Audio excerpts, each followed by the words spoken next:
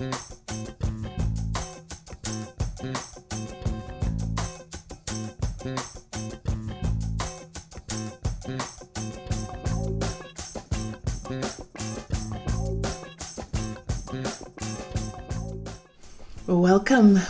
into the podcast, friends. This is Mars. I'm known as heyBrownBerry around the interwebs, and today I want to share with you a process I went through recently to clean some wool.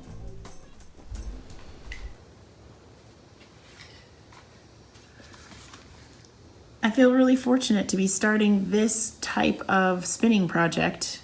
I do think of it as a spinning project because that is ultimately going to be spun into yarn. This is a Romney. This is a portion of a Romney fleece that I was gifted by my friend Jessica.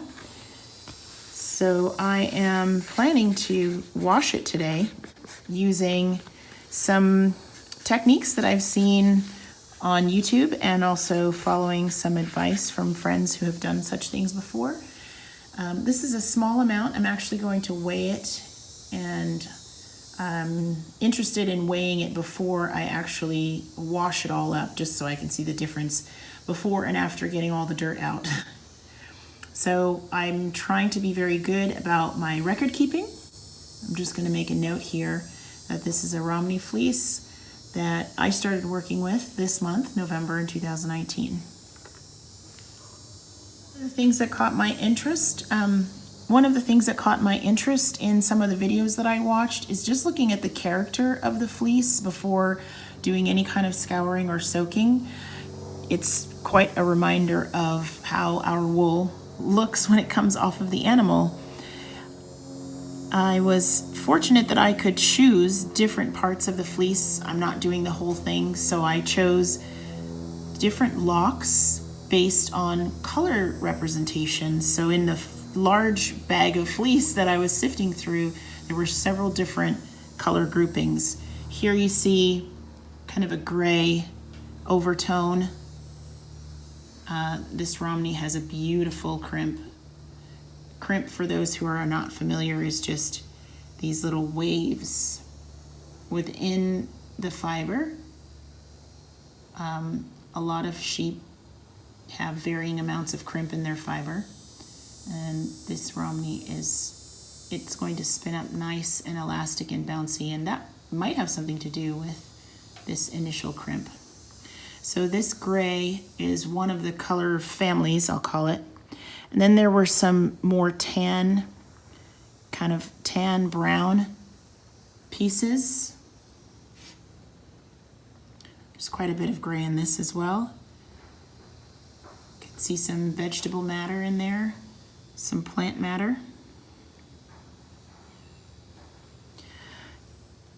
I was really enamored with the darker pieces of wool, just drawn to that. And I think even once this is clean, I'll be able to enjoy some of these darker tone pieces. There's dark gray going to a charcoal, and that's really beautiful. And there are even some very light pieces in the mix, some creamy colors. I think it's gorgeous how they all go together on the one animal, and really the difference is very likely which parts are exposed more to the sun, where the wool grew on the sheep. I'll include for you below this video some information on where this fleece came from. There's an abundance of fiber producers out in the Pacific Northwest, I found out. So it's nice to have, within the US, it's nice to have some options for different formats of fleece. My next step in cleaning this fleece is I'm going to start with a cold water rinse. Some of the information I am following says that it's good to do an initial cold water rinse, which does not get the lanolin out of the wool, but it will get any loose dirt. And I just think It's not a bad idea. Soak for about an hour. There's some more veg matter. I am not in any way turned off by this kind of thing. I mean, it's all going to come out eventually. So a cold water rinse will be my first step. I'm going to do that and let it sit in some cold water for about an hour.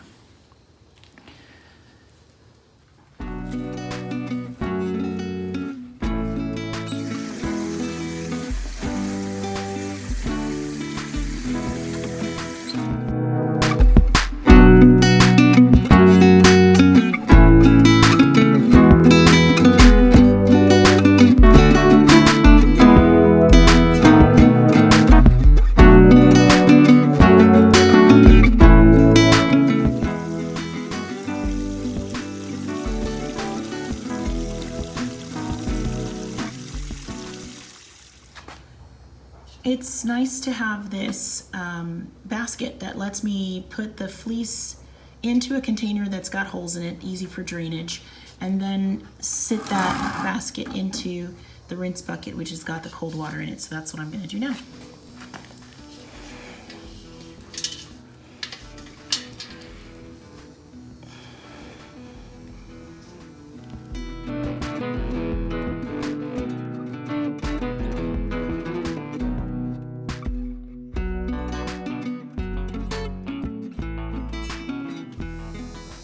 At this point, I'm not terribly worried about felting, but I do want to be just get in the habit of being gentle with the locks, and having this handle is very helpful because I can submerge the bucket in the cold water all the way down, so I know the cold water has now reached the level that the fleece can sink into.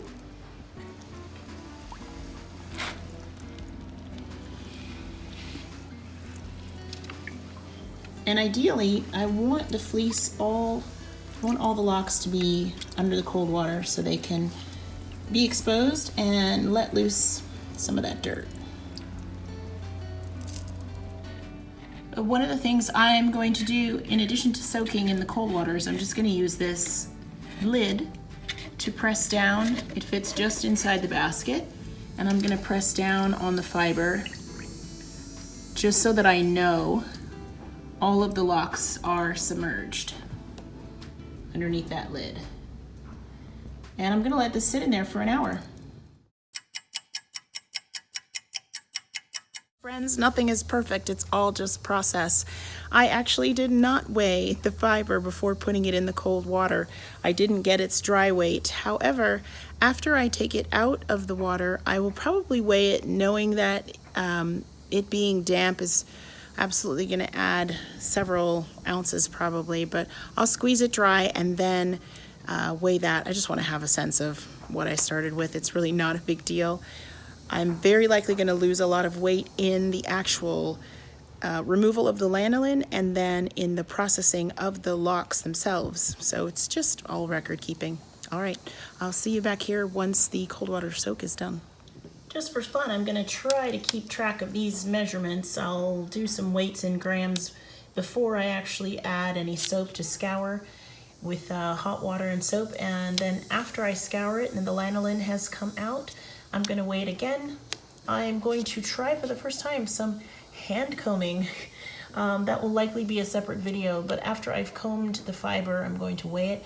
And then I'm going to weigh it once I've spun it all up. Sometimes between fiber prep and the actual spinning, I'm not perfect. I definitely lose some of the fiber just to, improper drafting where I don't get as consistent a strand that I want, so I end up pulling off little bits of fiber. I'm hoping not to lose too much in the end. I am working on my spinning technique so that all the fiber that can end up as yarn does. Anyway, these are the measurements that I'm going to keep in terms of weight. It's time to check on our fleece, our wool, that's been in a cold water wash. First, I'm going to remove just my little protective lid here that allowed me to press it down a little further. And you take a peek inside. There's our wool. The proof of the rinse really is going to be in the water. So I'm just slowly lifting this out. Great thing about a bucket with holes is it's easy for draining.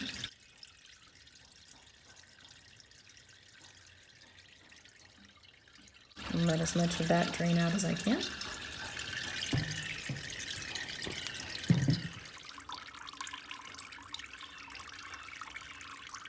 We have definitely removed some, I'm assuming dirt, maybe some oil, maybe some dust. And let that drain.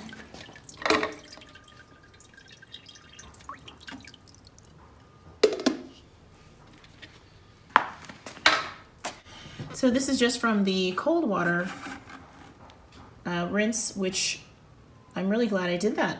Just one step till the wool is clean enough to spin. Just here's a shot of the fiber. I haven't touched it or anything since I drained the cold water out. The fiber itself already looks a little different to me. I don't know, maybe it's just opened up a little bit. It's beautiful.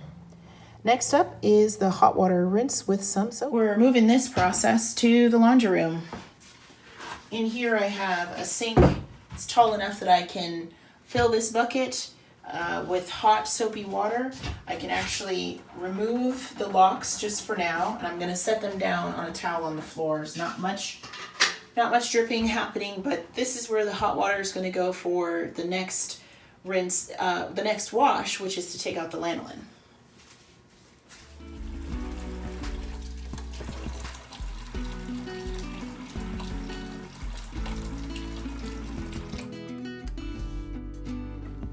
From what I've seen in a couple of different tutorials, the water temperature is meant to be very hot.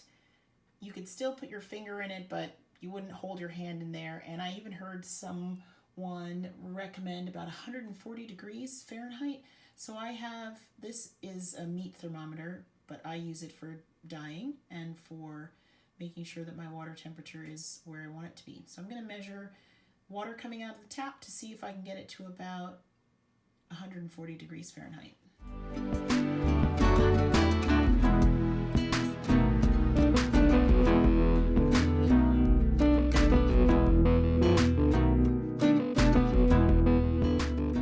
Coming out of the tap, it's holding steady at about 120 degrees Fahrenheit. So I am going to help that temperature along a little bit and use my kettle and boil some water and add it. And I think the combination of the two will make the water just hot enough to put the wool in.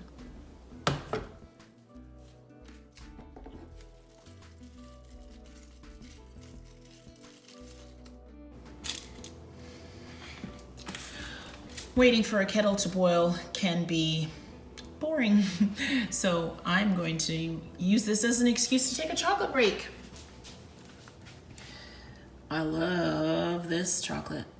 I love all dark chocolate, really, but I've just recently tried this one, and it's delicious, so it'll help pass the time until the water's hot.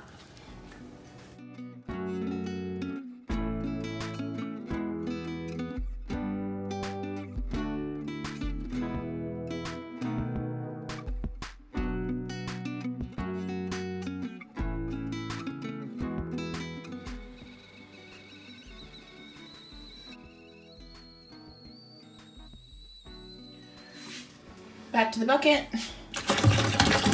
Water that has been at a boil is going in. I'm not doing a ton. I don't want to overdo it. Just want to get closer to my intended temperatures. Mix that around a bit. There's no wool in here yet, just water.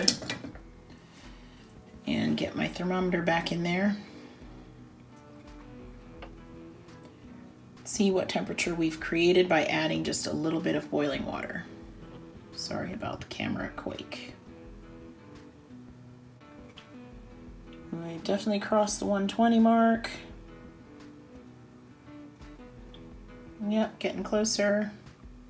You can see it's measuring just about 130.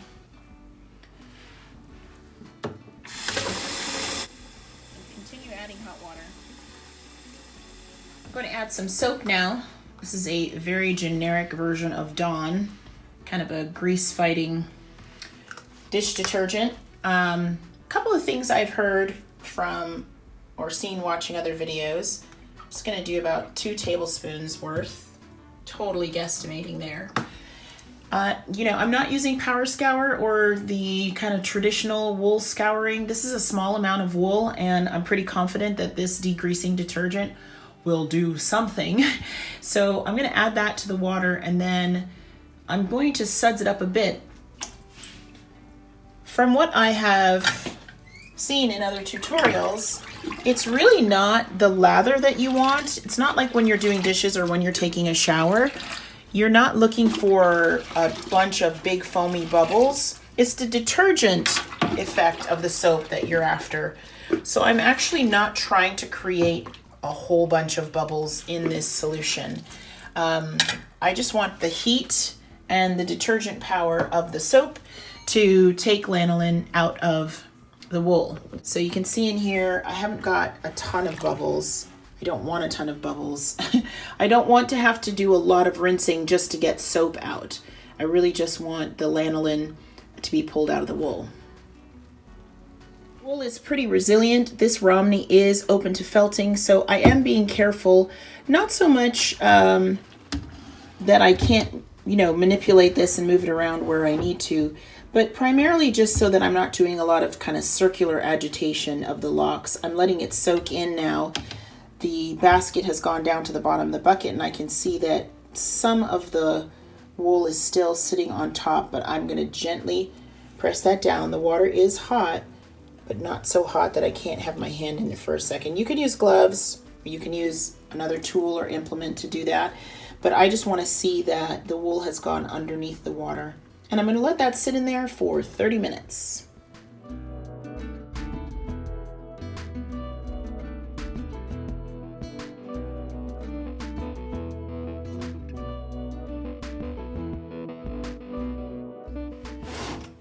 Quick tip, I covered this just so you can see here. This bucket doesn't have a lid, so I'm making do with the lid, but I covered it so that the heat stays pretty constant while it is soaking. So if you have a pot or a bucket with a lid, that's probably a good idea.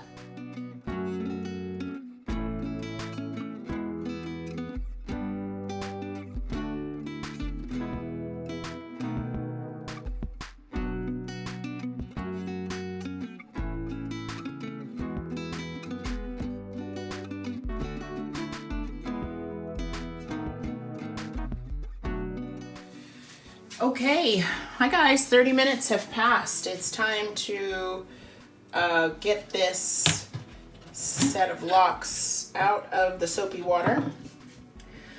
I'm fully expecting that this may not be the only soapy dip that I have to do. I'm just going to take a look at the water and see. My understanding is that after this soapy hot wash, a good amount of lanolin should come out, and then a rinse is recommended. Right. I'll just gently raise this up out of the water.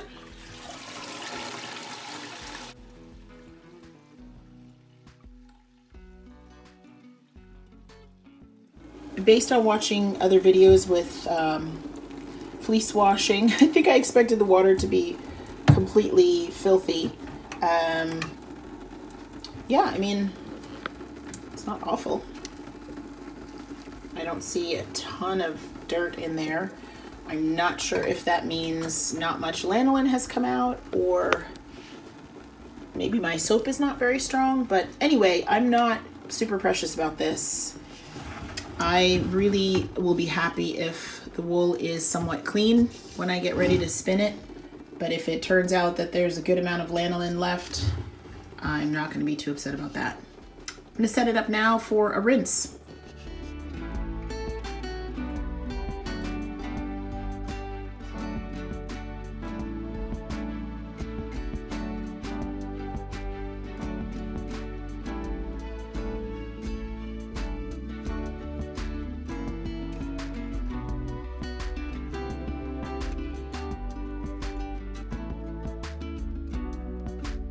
Got the wool in the basket back in the water again, and I just thought maybe I should move it around a little bit. I don't want to go crazy, but I'm going to just move some of the locks around So maybe turn over some of the ones on the top so that they move towards the bottom.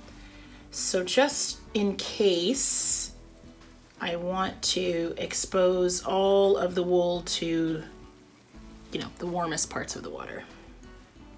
Not too much. Don't want a big felted rug to come out of this. I'm gonna let it sit in the rinse water now.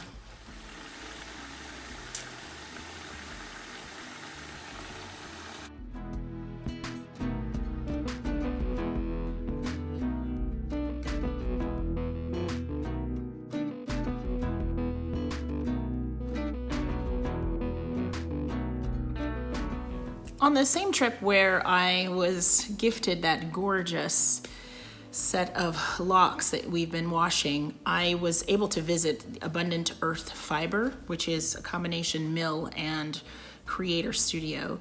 And I picked up a book that I just had to have, The Field Guide to Fleece.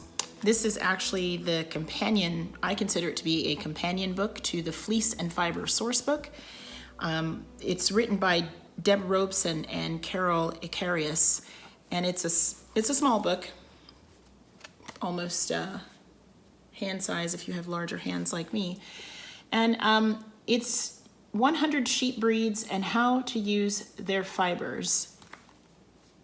It's an amazing reference guide. On the cover here, they're just showing some examples of different locks from Lincoln Longwool, Scottish Blackface, Growmark, Castle Milk Mort, and Gotland, which is just a way to show the different ways in which fleece can grow on an animal. But inside the book, very much like the Fleece and Fiber Sourcebook, which is a very good reference, inside the book, each 2-page spread covers a breed.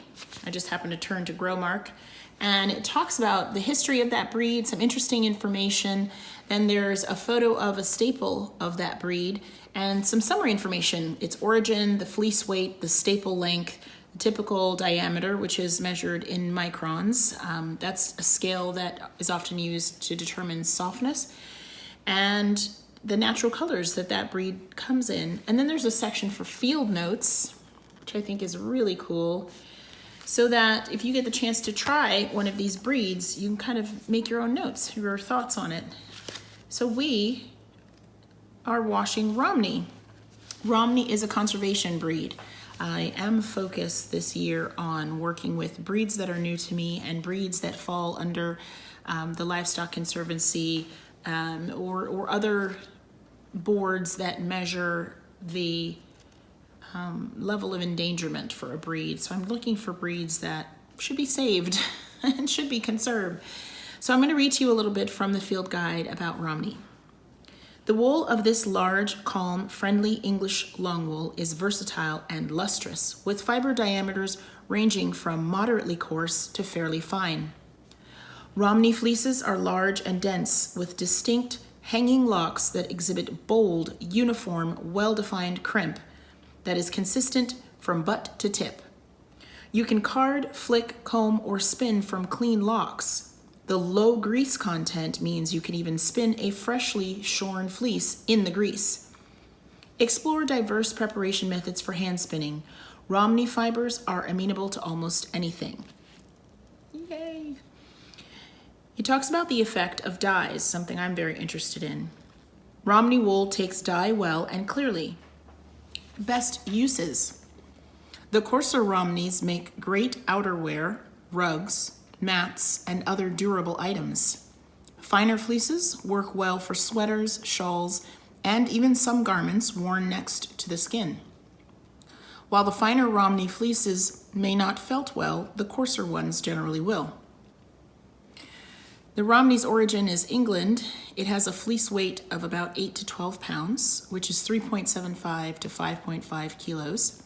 The staple length is typically 4 to 8 inches, or 10 to 20 centimeters. Fiber diameter is 29 to 37 microns, so on the rougher side of things. And its natural colors are white, black, gray, silver, and brown. So I've read this now after going through the process of washing the Romney, and it's really interesting. Had I read it before, I probably wouldn't have been so surprised that my wash water wasn't chock full of yellow lanolin. It does say that the Romney just doesn't have a lot of lanolin in it. And the natural colors that were mentioned, white, black, gray, silver, and brown, all seem to be part of the fleece that I have. So I'm really excited about that. So here's a fun fact. The Romney is named for Romney Marsh, a huge area of salt marsh in southeast England, made habitable by an ancient system of drainage ditches and seawalls. Romneys are bred to grow high-quality fleeces, even in very damp conditions.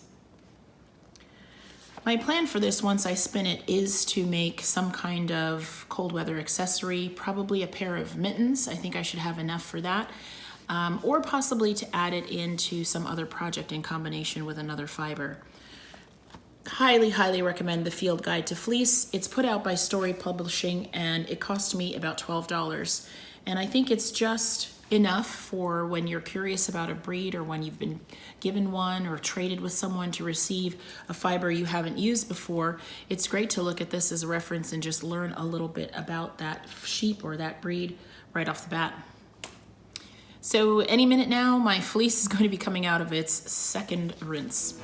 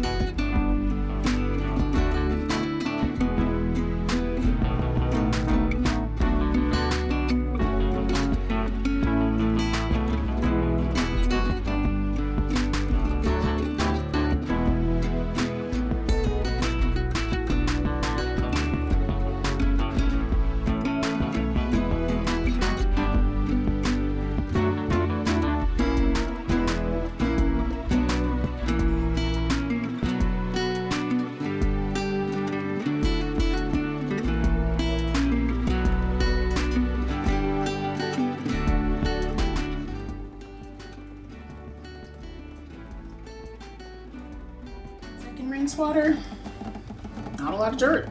It's not exactly clear, but yeah, not much coming out in there, which makes sense since this doesn't seem to be a heavy lanolin breed.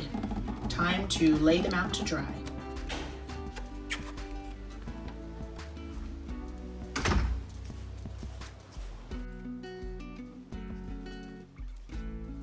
Well, I've got a very fancy drying setup here. Not really. This is the top lid of an aquarium where we used to have a pet, and it's got a screen in it, a mesh screen, and I've just laid it across the edge of this chair and the edge of this bench so that airflow can move above and below the locks when I lay them out.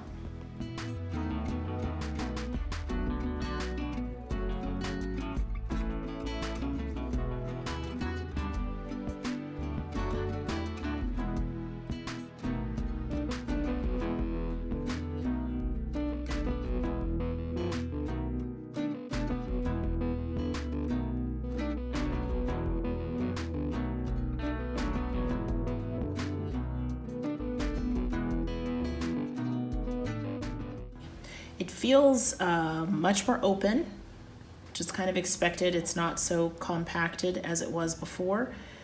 I may not have enough room on this screen to lay it all out, so I'll have to put together something else that will allow some other pieces to dry separately and more open.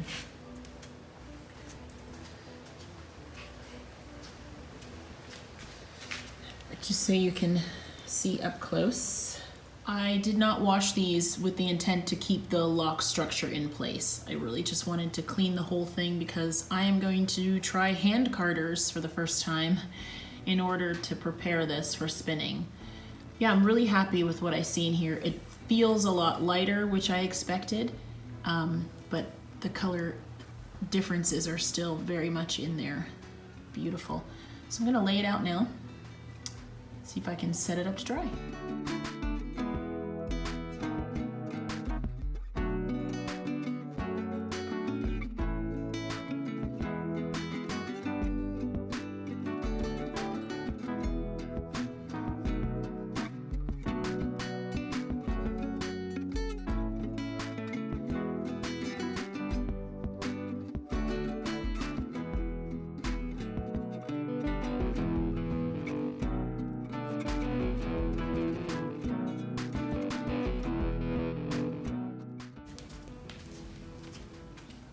All right, I'm gonna let this sit here overnight to dry. I'm not in any rush. I was able to hang some of the locks over top of the bucket that they were sitting in. I just turned it on its side. And since it has some holes in all the sides, I figured some good airflow will get through there. So we're gonna let these babies dry out, and I'm gonna make a separate video about carding the locks, so I'm gonna end this here. As always, you help to increase my joy when you join me for these processes.